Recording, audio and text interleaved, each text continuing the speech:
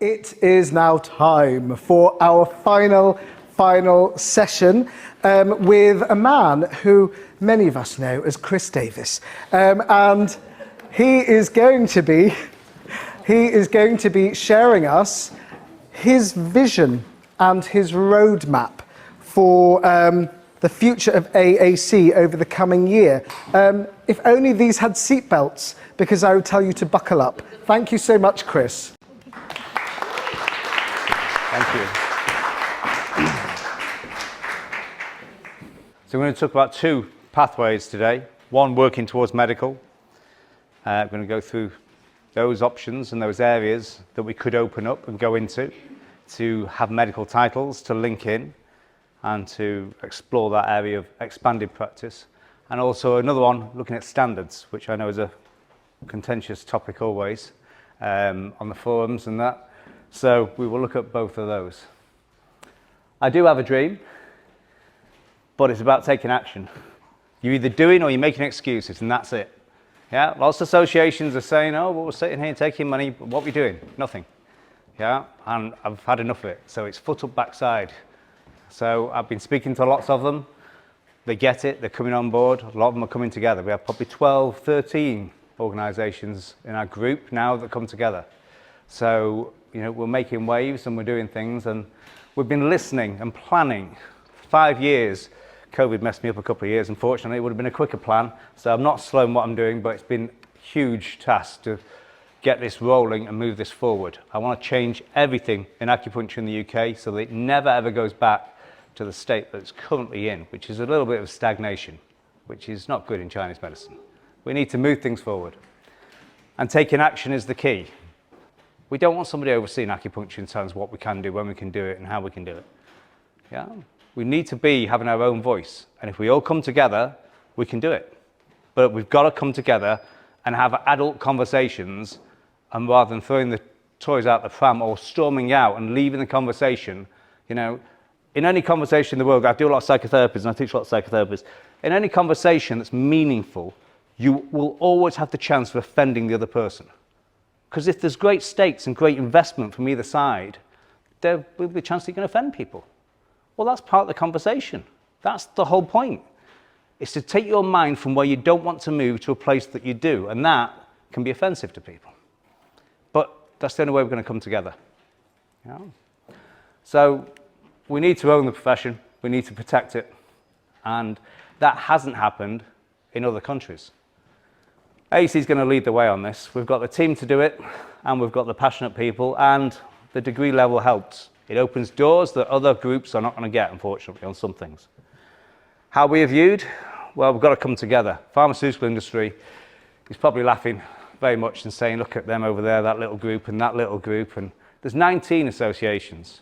That's not a problem, as long as we all stay together. Yeah?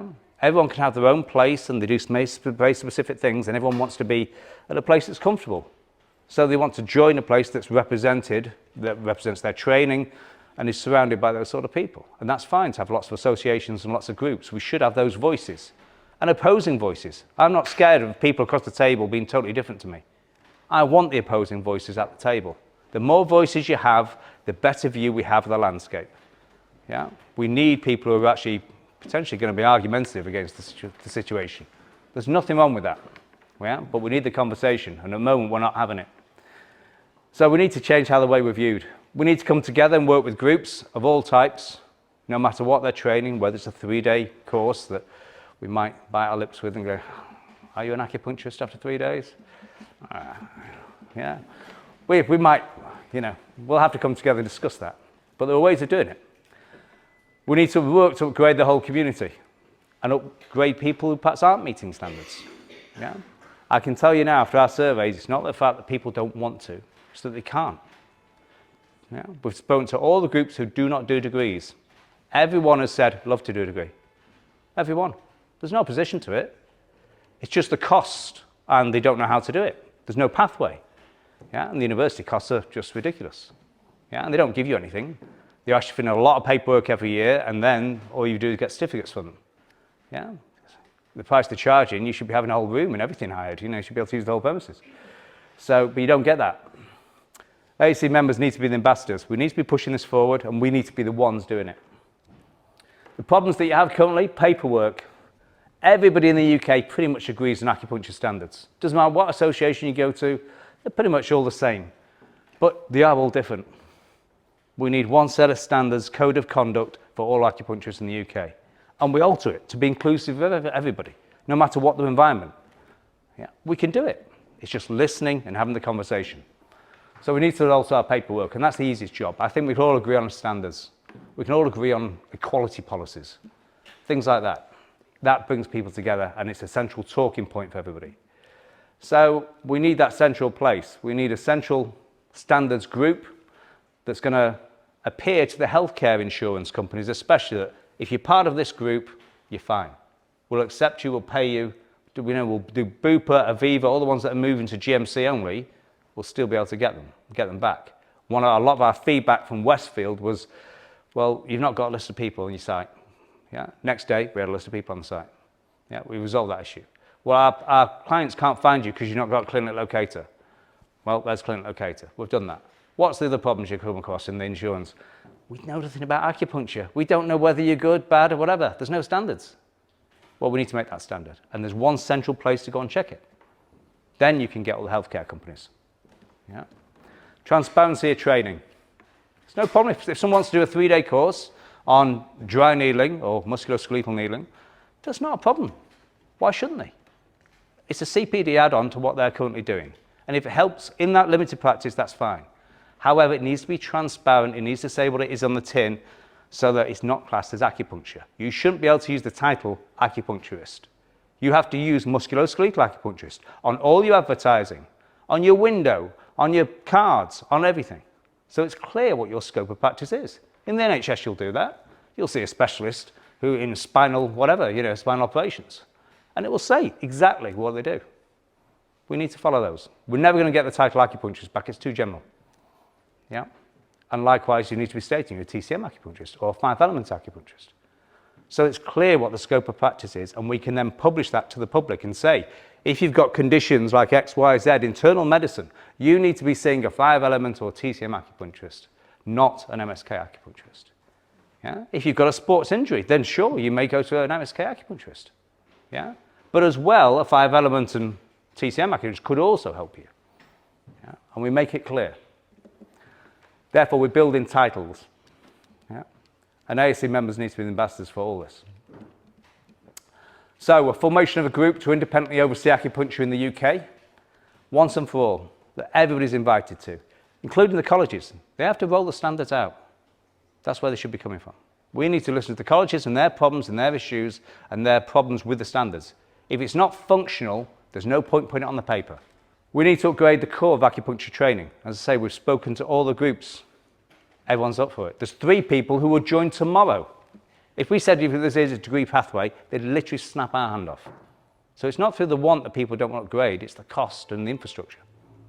Yeah. We're going to try and follow the National Credit Framework.